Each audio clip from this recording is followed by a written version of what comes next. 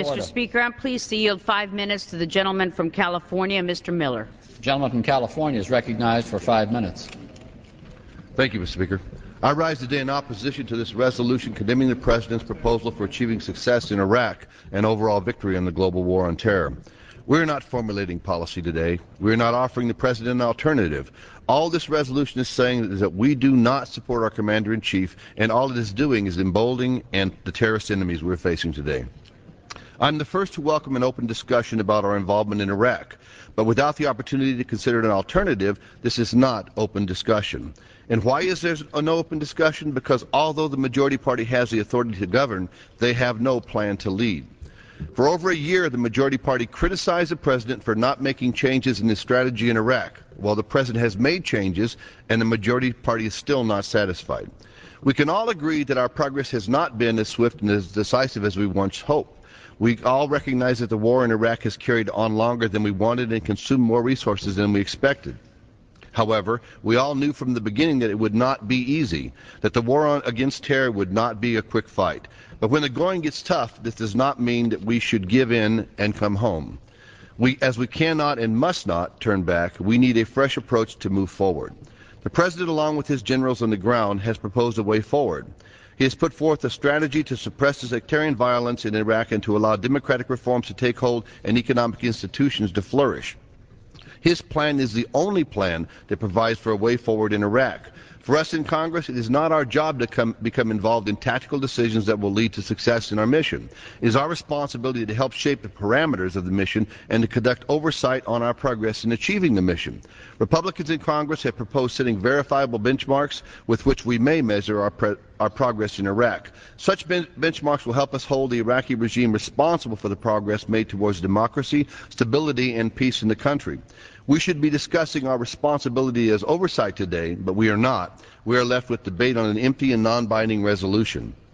I'm a proud co-sponsor of Congressman Sam Johnson's bill to ensure funding is not cut off or restricted for members of the armed forces deployed in Iraq and Afghanistan. We must support every effort in our fight against terrorists.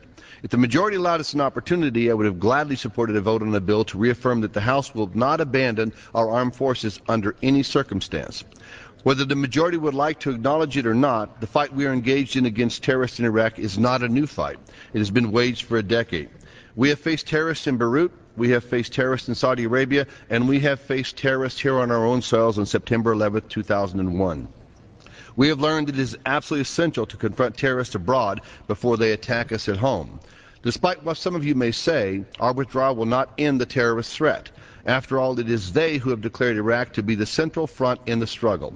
We cannot withdraw. We cannot send our troops and other allies the message that we will quit when the going gets tough. Instead, we must move forward with the operations in Iraq with the Iraqi people to ensure that peace and stability take hold. We must change our strategy as the situation in the field dictates. To do otherwise would be foolish. But by maintaining our commitment in Iraq, we preserve the prospects of peace. By withdrawing, we surrender our chances of permanent stability in the Middle East. This resolution, in so many words, says that we cannot be successful and we are bound to fail. I refuse to agree. I refuse to undercut the brave work of our troops by questioning their abilities. And I refuse to allow terrorists to flourish and our enemies to be emboldened and thereby let you, the American people, down.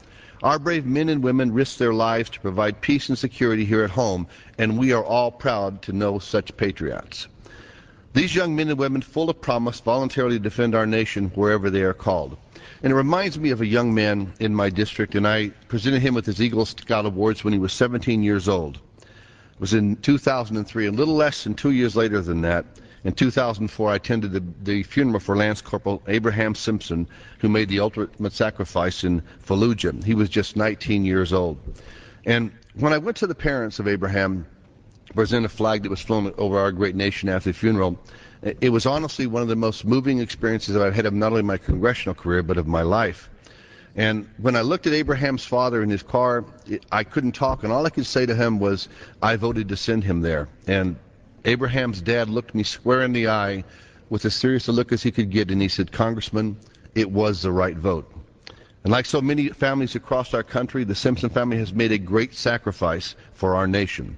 This resolution, however, says that the men and women like Lance Corporal Simpson gave their lives for was worthless, that America cannot be successful in the pursuit of which they nobly sacrificed themselves. And I believe that we can, and I know that if we stand firm in our principles and remain true to our convictions, we can succeed. And for that reason, I'm going to vote no on this resolution. But if we look back in our history at the times this has been debated on our floor, many arguments like this have been made. Thank you. I yield back.